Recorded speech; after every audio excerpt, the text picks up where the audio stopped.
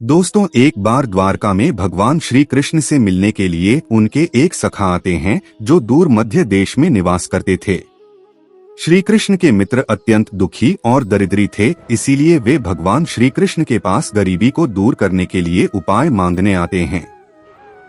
श्री कृष्ण के मित्र उनसे कहते हैं, केशव, मैं अत्यंत दुखी और दरिद्री हो कितने ही परिश्रम करने पर भी मुझे अपने परिवार को पालने जितने भी धन की प्राप्ति नहीं हो पाती है कि द्वारकाधीश, मैं आपके पास धन संपत्ति मांगने नहीं आया हूँ, किंतु आप मुझे ऐसा कोई उपाय बताएं जिससे मेरी दरिद्रता दूर हो जाए और मैं अपने परिवार का पालन कर सकूं।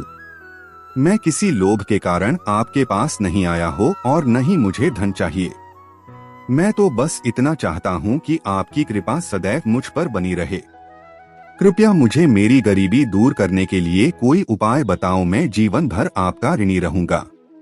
मित्र द्वारा इस प्रकार से प्रार्थना करने पर भगवान श्री कृष्ण कहते हैं, हे सखा, मैं सब कुछ जानता हूँ, तुम्हारे दुख के बारे में भी और तुम्हारी दरिद्रता का कारण भी, और मैं यह भी जानता हूँ कि तुम मेरे पास धन मांगने नहीं आए हो और मेरे द्वारा तुम्हें धन देने पर भी तुम उसे स्वीकार नहीं करोगे। इसीलिए मैं तुम्हारे स्वाभिमान का मान रखते हुए तुम्हें धन तो नहीं दूंगा, किंतु मैं तुम्हें एक उपाय अवश्य बताता हूँ जिससे तुम अपनी गरीबी दूर कर सकोगे।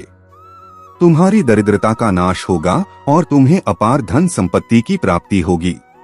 हे मित्र, इस अत्यंत महत्वपूर्ण धन प्राप्ति के उपाय को बताने से पूर्व मैं तुम्हें एक महान कथा सुनाता हूँ जिससे सुनने मात्र से ही तुम्हारी सभी मनोकामनाएं पूर्ण हो जाएंगी, और जो उपाय मैं तुम्हें बताने जा रहा हूँ उस उपाय को करके तुम्हारी दरिद्रता भी दूर हो जाएगी।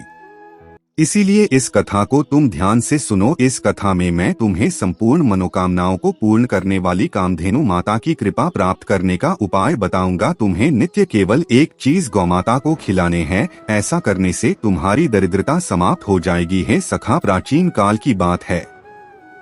पूर्व देश में एक अत्यंत धनवान सेठ रहा करता था जिसका नाम था पुष्पराज। उसके पास धन की कोई कमी नहीं थी। उस सेठ की पत्नी लीलावती अत्यंत सुंदर और पतिव्रता नारी थी। सेठ के 5 पुत्र थे और वे सभी अपने पिता के साथ ही उनके कारोबार में मदद करते थे। पुष्पराज का स्वभाव बहुत लालची और स्वार्थी था। उसने अनेकों लोगों की मजबूरी का फायदा उठाकर धन इकट्ठा किया था। उस सेठ ने धन तो बहुत इकट्ठा किया था, किंतु उसने कोई पुण्य के कार्य नहीं किए थे। शास्त्र कहते हैं कि मनुष्य जितना कमाता है उसका एक भाग उसे दान करना चाहिए, किंतु स्वार्थ और लालच के कारण सेठ ने कभी एक पैसा भी दान नहीं किया था। उसके द्वार पर आए किसी भी भिक्षुक को उसने एक कौड़ी का भी दान नहीं किया, जिस कारण से उसके पुण्य ना के बराबर थे। फिर एक दिन सेठ के घर पर चोर लुटेरों ने हमला कर दिया और उसका सारा धन हड़प लिया। एकदम से लक्ष्मी को खो देने के कारण वह सेठ बहुत निराश हुआ और सदैव चिंता में रहने लगा। चिंता करने के कारण उसके शरीर में नाना प्रकार के रोग प्रकट हुए और वह बीमार होकर घर पर ही पड़ा रहा। धन के अभाव में उसका परिवार गरीबी में जीवन बिताने लगा। उसके बेटे भी खेत में काम करने लगे,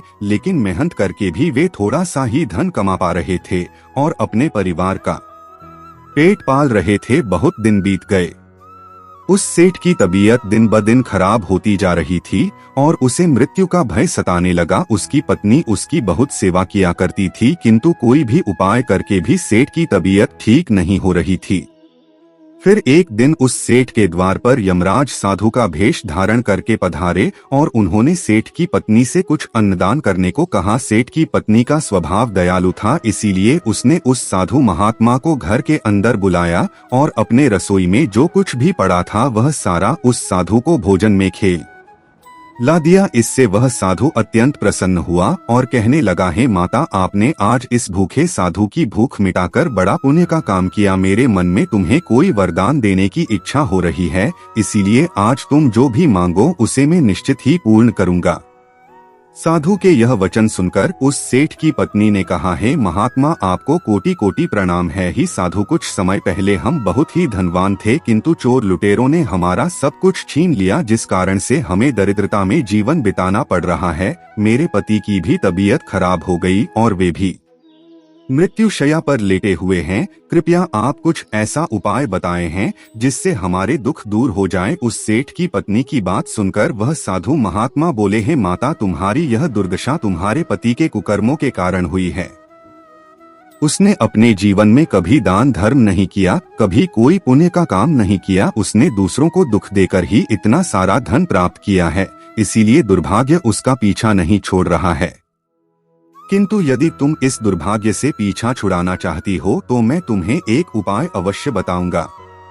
तुम अभी सभी मनोकामनाओं को पूर्ण करने वाली कामधेनु माता की शरण में जाओ, वे निश्चित ही तुम्हारे दुख दूर करेंगी। तुम एक गाय अपने घर पर लाकर उसकी सेवा करो और नित्य उसे एक चीज खिलाओ जो मैं तुम्हें बताऊंगा, जिससे तुम्हारी दरिद्रता दूर हो जाएगी। इस प्रकार से वह साधु उस सेठ की पत्नी को उपाय बताते हैं और उसी स्थान पर अंत ध्यान हो जाते हैं। फिर इस चमत्कार को देखकर वह सेठ की पत्नी आश्चर्य में पड़ जाती है और उस साधु द्वारा बताए गए उपाय को करने का निश्चय करती है।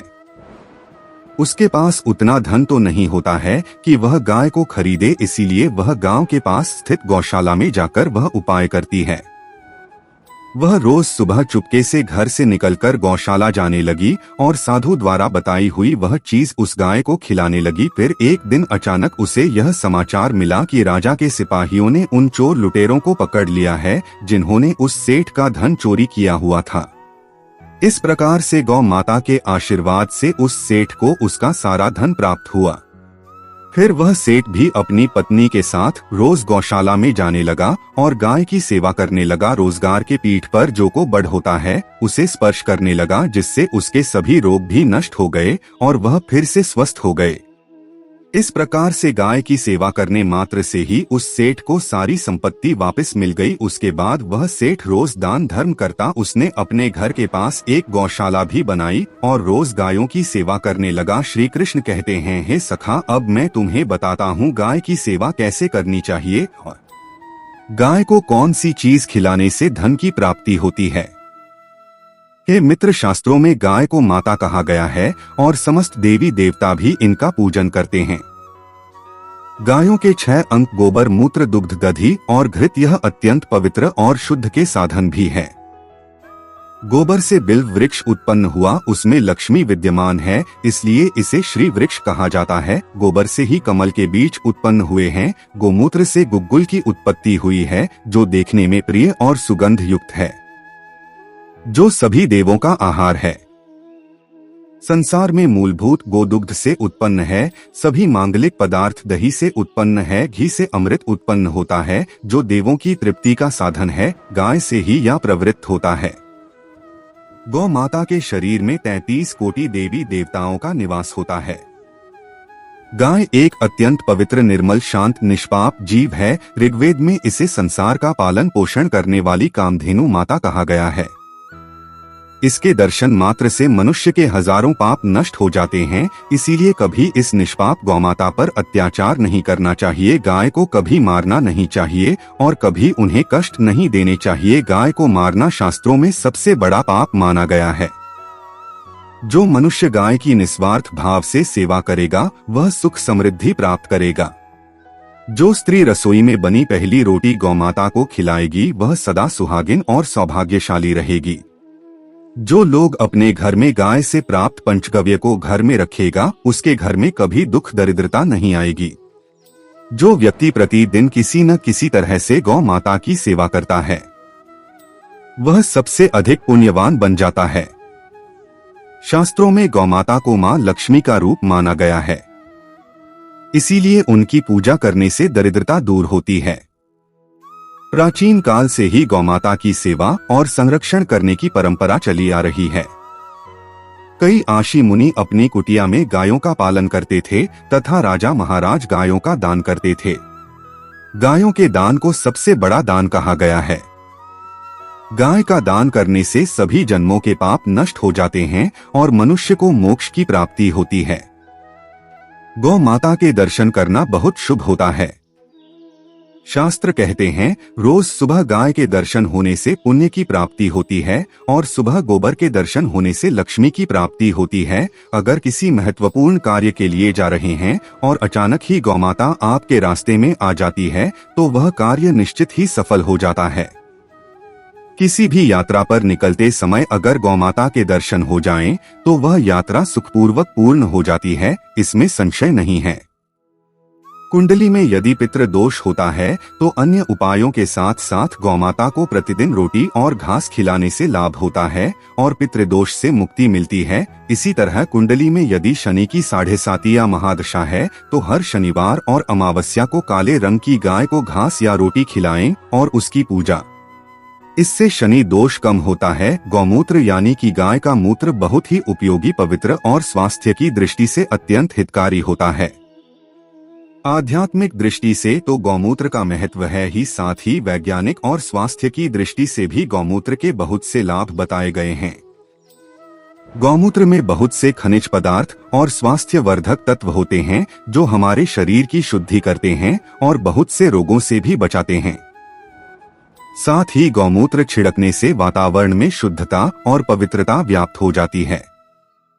इसीलिए हमारे शास्त्रों में शरीर को निरोगी रखने के लिए प्रतिदिन गौमूत्र का सेवन करने तथा घर में गौमूत्र छिड़कने के लिए कहा गया है। कुंडली में शुक्र ग्रह की स्थिति को मजबूत करने के लिए ज्योतिष शास्त्र के अनुसार सुबह के भोजन में सबसे पहली रोटी निकालकर एक सफेद गाय को खिलाना शुभ माना जाए आता है।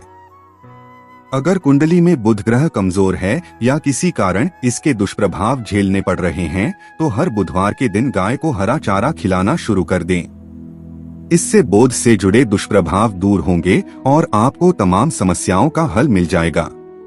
अगर कुंडली में मंगल दोष है जिसके कारण आपके जीवन में कई तरह की परेशानियां हैं तो लाल रंग की गाय की सेवा करें। मंगलवार के दिन गाय का पूजन करें और उसे गुड़ और चने आदि खिलाएं। बृहस्पति ग्रह को जीवन के सभी मांगलिक कार्यों का कारक माना जाता है। ऐसे में अगर किसी व्यक्ति के जीवन में विवाह आदि मांगलिक कार्यों में विघ्न निर्माण हो रहे हैं तो उन लोगों को कुंडली में बृहस्पति ग्रह की स्थिति को मजबूत करने के लिए रोटी पर गुड़ और चने रखकर गाय को खिला देना चाहिए। इससे शुभ परिणाम प्राप्त होते हैं। अगर घर में अशांति है, लड़ाई झगड़े होते रहते हैं तो घर में सुख शांति बनाए रखने के लिए घर के अंदर गाय के गोबर से बने उपले को जलाना चाहिए और उसका धुआं संपूर्ण घर में फैलाना चाहिए। इससे घर की नकारात्मक ऊर्जा नष्ट होती है और सकारात्मक ऊर्जा में वृद्धि होती है।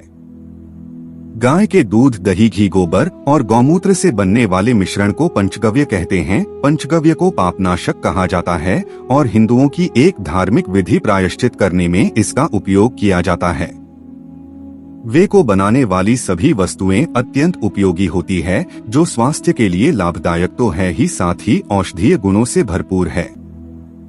अगर द्वार पर गौमाता आती है तो उसे बिना रोटी खिलाए जाने मत देना, नहीं तो दुर्भाग्य का सामना करना पड़ेगा।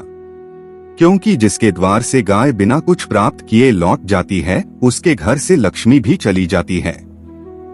प्रत्येक स्त्री को प्रतिदिन गाय के लिए एक रोटी बनानी चाहिए और प्रेम से गौमाता को खिलानी चाहिए। इससे गौ माता का आशीर्वाद प्राप्त होता है और मन की इच्छाएं पूर्ण होती है। कुछ लोग गौमाता को बासी भोजन अथवा जूठन खिला देते हैं, इसे शास्त्रों में पाप माना गया है। आप किसी अन्य पशु को खिला सकते हैं लेकिन गाय को कभी जूठन नहीं खिलाना चाहिए।